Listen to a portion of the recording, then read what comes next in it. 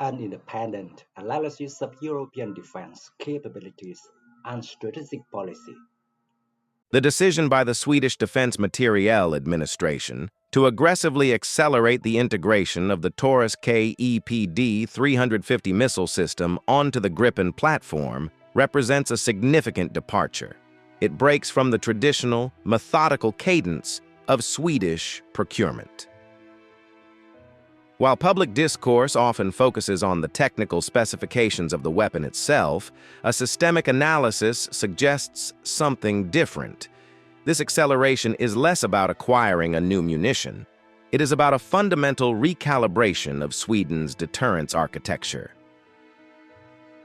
The shift from a timeline targeting operational capability in 2028 to a preliminary readiness by late 2026 indicates that the strategic assessment of regional volatility has outpaced previous planning assumptions.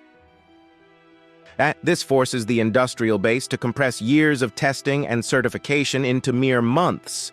This urgency implies that the existing capability gap in long-range precision strike is no longer viewed as a manageable risk.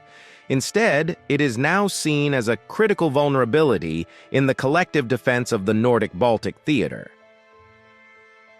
From an operational standpoint, the introduction of a standoff weapon with a range exceeding 500 kilometers fundamentally alters the tactical geometry of the Gripen fleet. Historically, the Swedish Air Force has operated under a doctrine of dispersed basing and defensive counter-air operations. These were designed to contest airspace and degrade an invading force within the Swedish littoral or immediate land borders.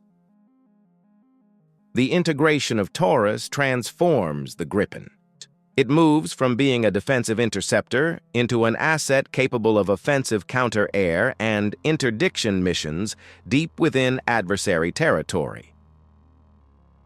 This capability is particularly relevant, especially given the dense anti-access and area denial environments projected to emanate from Kaliningrad and the approaches to St. Petersburg. The ability to strike hardened command nodes, logistical hubs, and infrastructure such as bridges, without exposing the launch platform to the lethal envelope of advanced surface-to-air missile systems, creates a new layer of complication for adversarial planners. It shifts the Swedish posture from one of pure denial to one of punishment.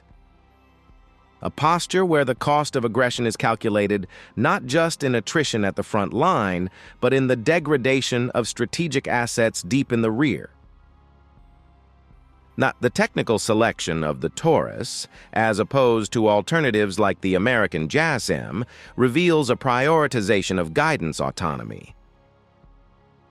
The Baltic theater presents a unique electromagnetic environment. Here, global positioning system denial and spoofing are expected to be persistent features of any high-intensity conflict. The navigation suite of the Taurus, which relies on image-based navigation, terrain reference navigation, and inertial sensors, offers a degree of resilience against electronic warfare. This is critical for the Swedish operational context. By matching the missile's internal 3D model of the terrain with radar altimeter data and infrared imagery, the system achieves terminal accuracy independent of satellite constellations. This technical nuance highlights a specific Swedish requirement for systems that can operate in degraded information environments, a lesson likely reinforced by observations of electronic warfare dynamics in recent continental conflicts. However, this acceleration introduces substantial industrial and logistical trade-offs. The pressure to integrate a complex software-defined weapons system onto both the legacy Gripen C and D variants and the incoming Gripen E necessitates a diversion of engineering resources from other modernization efforts. The Defense Materiel Administration and Saab are effectively prioritizing immediate lethality over long-term platform development roadmaps. Furthermore, the acquisition of approximately 500 missiles presents a challenge for magazine depth. While 500 units represents a significant increase in capability, high-intensity operations consume precision munitions at rates that often exceed pre-war estimates. The industrial capacity of MBDA to replenish these stocks in a wartime scenario remains a critical variable. This reliance on a European supply chain enhances strategic autonomy and insulates Sweden from potential shifts in American export priorities.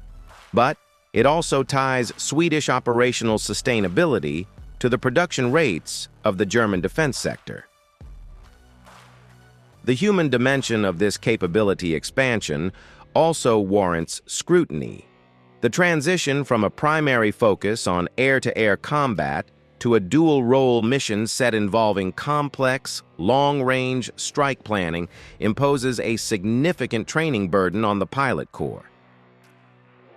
Developing the proficiency to plan flight paths that maximize the terrain masking capabilities of the Taurus while simultaneously managing the defensive systems of the Gripen against hostile interceptors requires a revision of the training syllabus.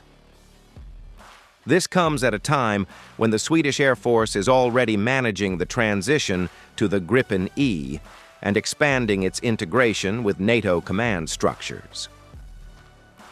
The risk of task saturation for both aircrew and mission planners is a tangible constraint that hardware acquisition alone cannot mitigate.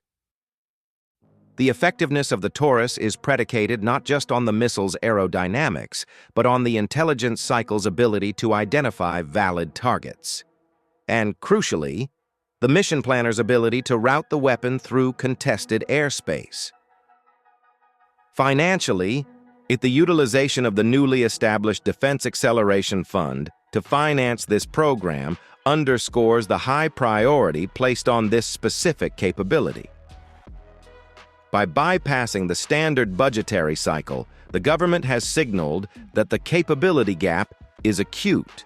Yet, this creates a downstream sustainment cost that must be absorbed into the regular defense budget in future fiscal years. The maintenance of the missile's sophisticated sensor suite and the certification of its storage and handling protocols across dispersed road bases will add to the logistical tail of the Air Force. There is also an inherent trade-off in platform availability. Aircraft loaded with heavy standoff munitions are kinematically compromised. But they are less capable of performing the defensive counter-air missions that remain the bedrock of Swedish territorial defense. Balancing the fleet distribution between these two competing mission sets will be a central challenge for air component commanders. Ultimately, the rush to field the Taurus on the Gripen fleet suggests that Swedish defense planners view the Baltic Sea not merely as a buffer zone, but as a contested maneuver space, a space where the ability to threaten the adversary's operational depth is essential for credible deterrence. This evolution in posture brings Sweden into closer alignment with the strike capabilities of major NATO powers. It facilitates greater interoperability in coalition targeting cycles. However, it also fundamentally changes the risk profile of the Swedish state. Now, by hosting weapons capable of striking strategic targets deep inside Russia, Sweden inevitably moves up the target priority list in any preemptive strike calculation by an adversary. The acquisition of the sword necessitates a tightening of the shield. The accelerated integration of the Taurus is therefore not an isolated procurement success. It is a systemic stress test, one that will reveal the elasticity of Swedish doctrine, the resilience of its logistics, and the adaptability of its personnel in a security environment that offers little margin for error.